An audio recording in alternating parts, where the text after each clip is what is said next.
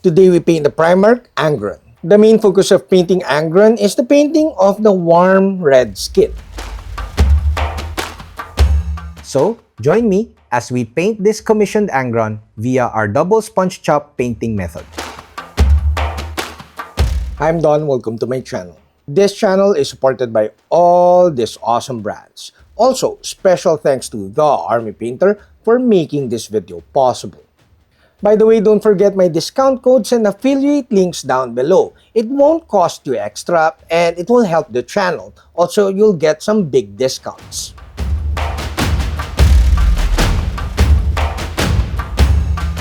Angron is a commissioned work, so I had to find the right balance between quality and efficiency.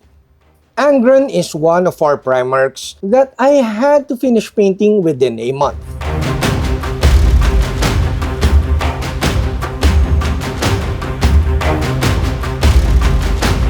I have a couple of sponge painting videos already that you might want to check out.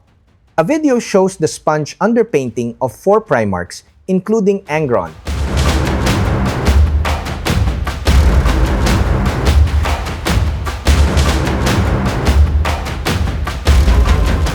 Once happy with your sponge underpainting, we now proceed to painting the skin. We start our painting with Blood Moon Red. Blood Moon Red is from the John Blanche paint set. Blood Moon Red is a very saturated warm red color, so I thinned it down a little bit with speed paint medium, like around 5 parts speed paint and 1 part speed paint medium. You see, in the video right now, I am applying the speed paint with a very big brush. The big brush helps me create a good finish over the huge surfaces of Angron. Later in the video, I will be using a brush pen for the painting of the speed paints. But here, since I am using a regular brush, I had to paint faster than usual to produce a good finish. I only applied 1 layer of Blood Moon Red here. Now, let the speed paint dry before proceeding to the next step.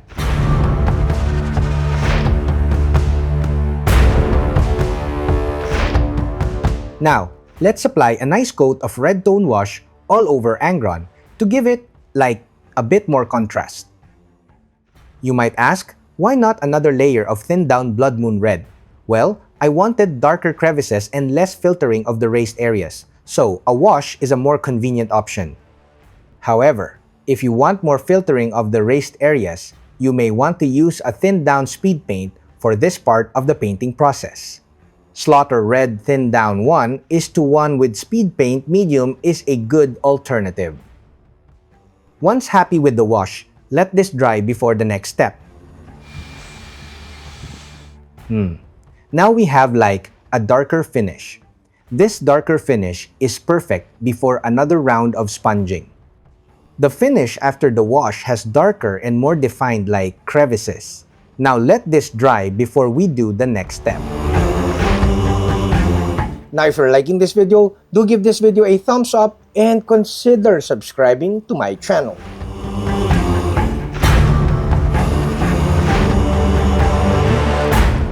Now you may want to apply a quick coat of matte varnish all over the miniature before sponging. I think I did.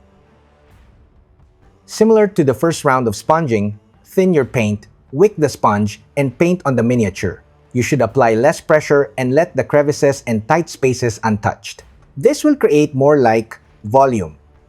Once happy with your second round of sponging, let it dry before our next step.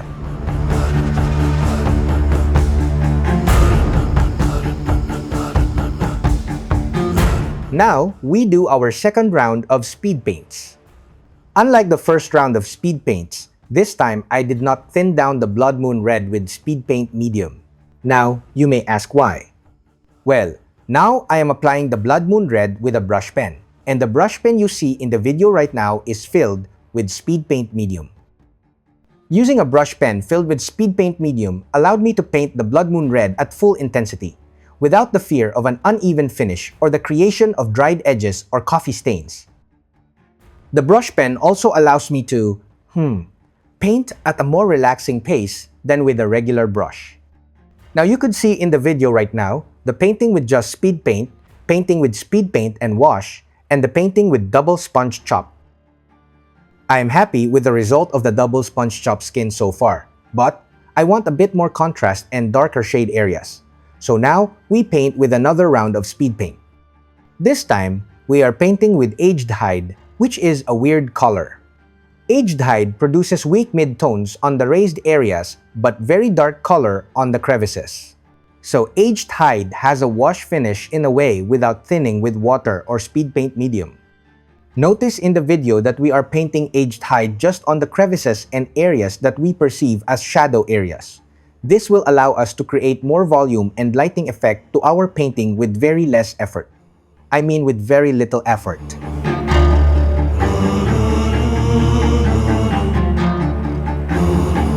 Now to finish off our warm red skin painting, we now do layering towards the highlights. This is very much optional if you are just painting for the tabletop. But since this is a commissioned work, of course, we want higher quality painting for our client. We start the buildup of our highlights by sponging Legendary Red on Angron. Notice that I am using a smaller sponge to help limit the area of the sponging. We are layering towards the highlights using the lighter colors from the Warpaint's Fanatic Warm Reds Triad. Using a small sponge and applying with light pressure is the most efficient way to apply what I like to call pre-highlight colors. Now we paint more highlights with Violent Vermilion. Violent Vermilion is also from the Warm Reds Triad. Also, now we are painting finer and smaller highlights with my Foxbite Hobbies Kolinsky Sable Detail Brush. Foxbite produces very good hobby products at a reasonable price. You might want to check my discount code in the description below.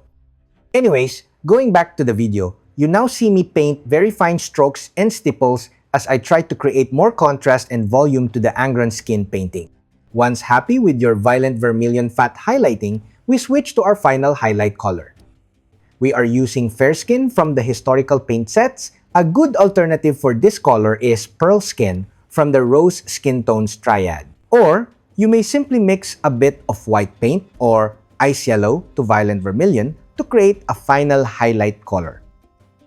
I think I am using a size 000 detail brush for the painting of the final highlights. I like using smaller brushes since the humidity here in the Philippines allows slower drying on the brush.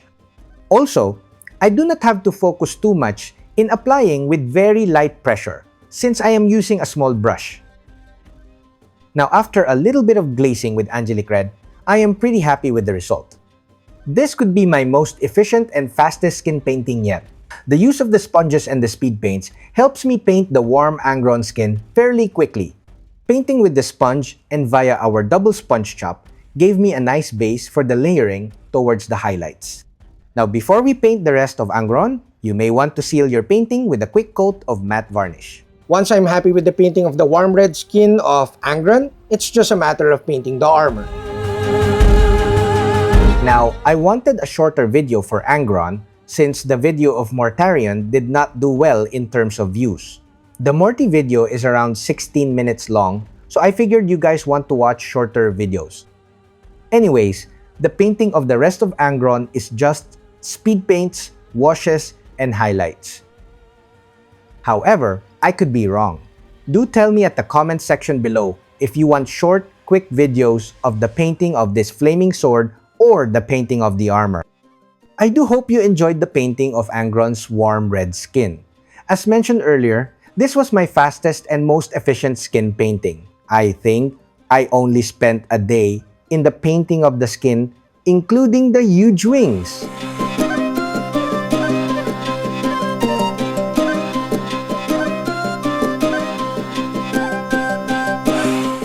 Now, before my final thoughts, a huge thanks to all my patrons at Patreon, Hajime Model Studio, and of course, the Army Painter for making this video possible.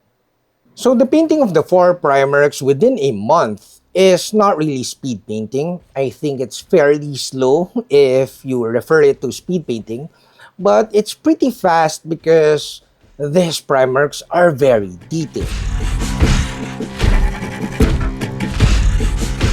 I have a painting article in PDF format that is more structured at Patreon, but I have yet to write the article of the painting of the rest of Angron.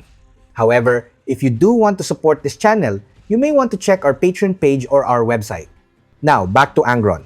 Angron was very fun, and I must say, easy to paint. Angron was the easiest to paint amongst the 4 Primarchs that I painted within a month. Usually, it takes me a couple of days of good quality skin painting.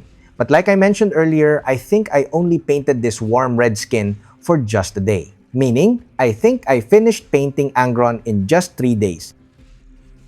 Like what I always say in my painting videos, especially painting videos with speed paints. It does not matter how you paint the base colors.